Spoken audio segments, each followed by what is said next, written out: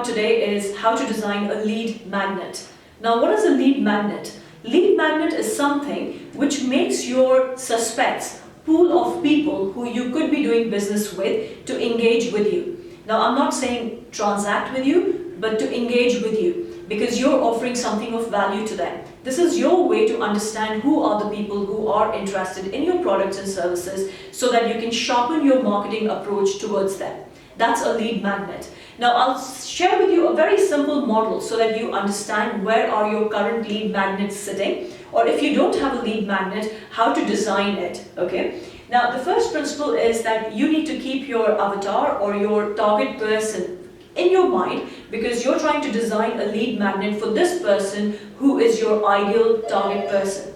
Now, when you're looking at that, the matrix simply works like this. On a horizontal axis, you have the risk. Not you, but your target person. What is the risk for the person when they engage with you through the lead magnet that you've offered?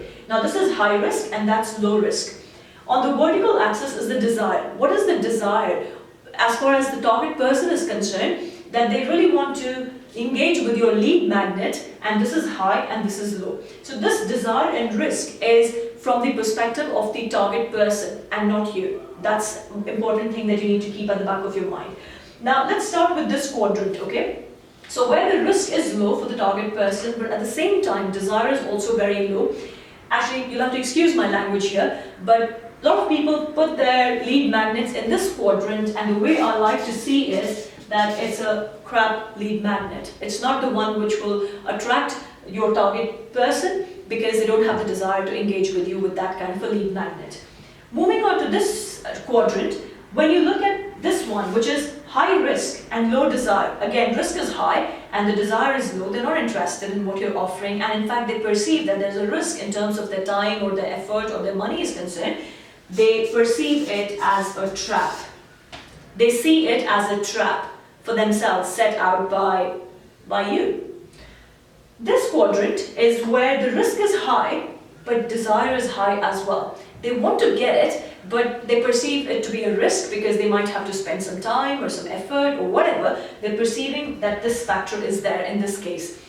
So it's a good one, but we need to reduce this, and therefore I like to call it as a gap. Okay, so there is a gap sitting in this quadrant. We need to reduce this, but still maintain the high desire, which is actually this quadrant. There's a high desire and there is a low risk.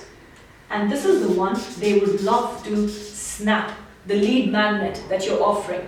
And what we want to do is we want to operate in this segment. This is our star segment.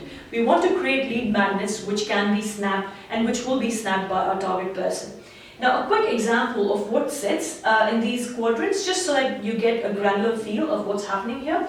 So something where the risk is low and desire is low in this segment. A lot of times I've seen people offer, and I'm sure you would be familiar with this, something called newsletter. Right? People are not interested. Desire is low, risk is low, they're not interested. Okay? Typical example, newsletter.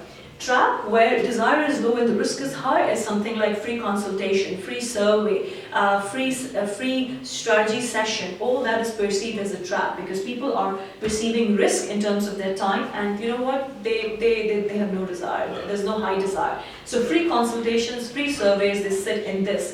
It's perceived as a trap. As far as the gap is concerned, now this is an interesting one. As I said, the desire is high, but the risk is also high. This could be like you have a free video, which is for 15 minutes, half an hour, 1 hour, very valuable, it's free of charge. But so they want to know about it, but they don't want to spend an hour or 30 minutes or whatever because they don't know if it's going to be valuable for them. So there is a gap. A snap offer is a very highly researched one, again in the marketing field. A good offer, which is low risk and high desire as perceived by a target person, would be literally 1-page PDF.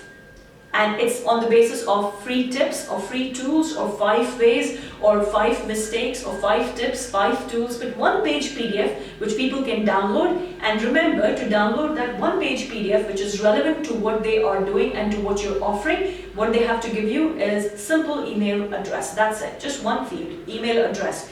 And what you do is you find a way to engage with your target market, with your suspects, move them up as prospects, they engage with you, and you build your database so that you can really sharpen your whole marketing approach to the people who have expressed interest in what you're doing.